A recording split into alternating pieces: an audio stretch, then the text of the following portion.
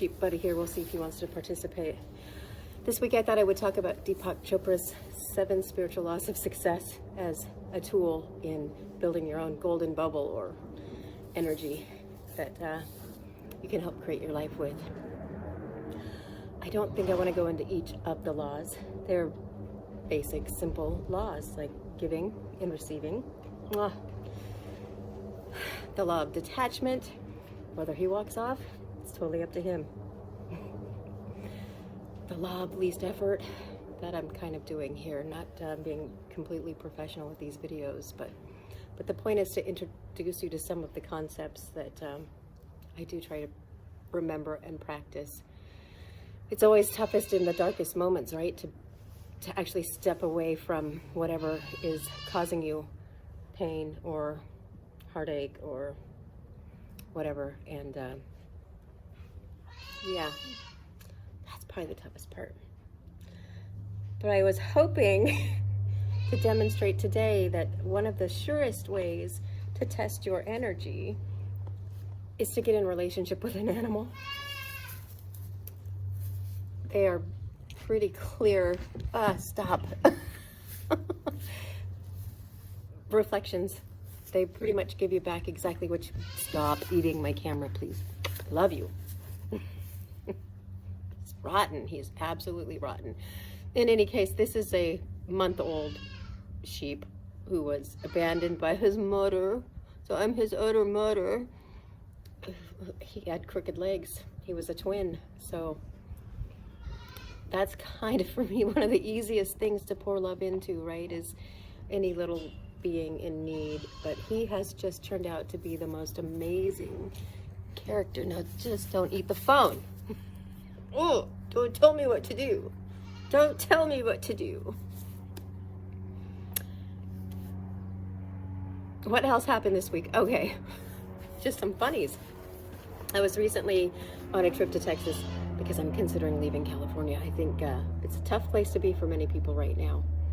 And I was talking about all of these life philosophies with a longtime friend, brilliant philosopher, and I told him, I always try to come at everything from a broad perspective. And his response was, oh yeah, you got a broad perspective. Knowing him, knowing me, I didn't find that insulting at all. I actually take it as a compliment. Yeah, so I guess I could tell another story, since there's a little bit of time, about the law of giving. I had an experience with a friend a while ago. I don't know, at this point in time. It's irrelevant, isn't it always? But we had gone to a little niche shop, and he chose to buy me a small gift. Now, this isn't someone that typically buys gifts. Let me just say that. So we get up to the counter, and the clerk told him that there was $25 in store credit based on basically previous purchases. And it just happened to be almost exactly like $25, the same amount as the gift that he was buying me. So this is a total skeptical hippo non-believer, and I just pointed out to him in the car home that this was a perfect example of how the universe gives back to you when you give.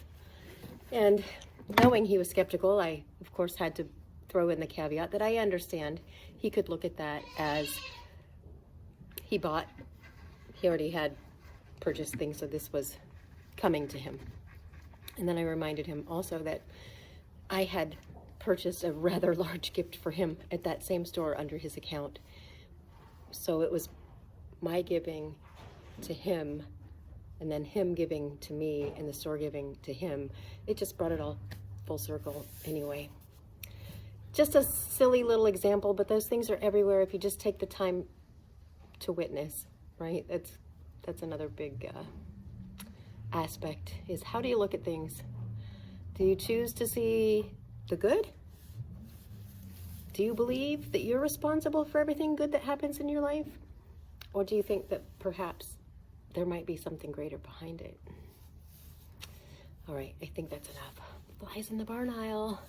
Talk to you next week.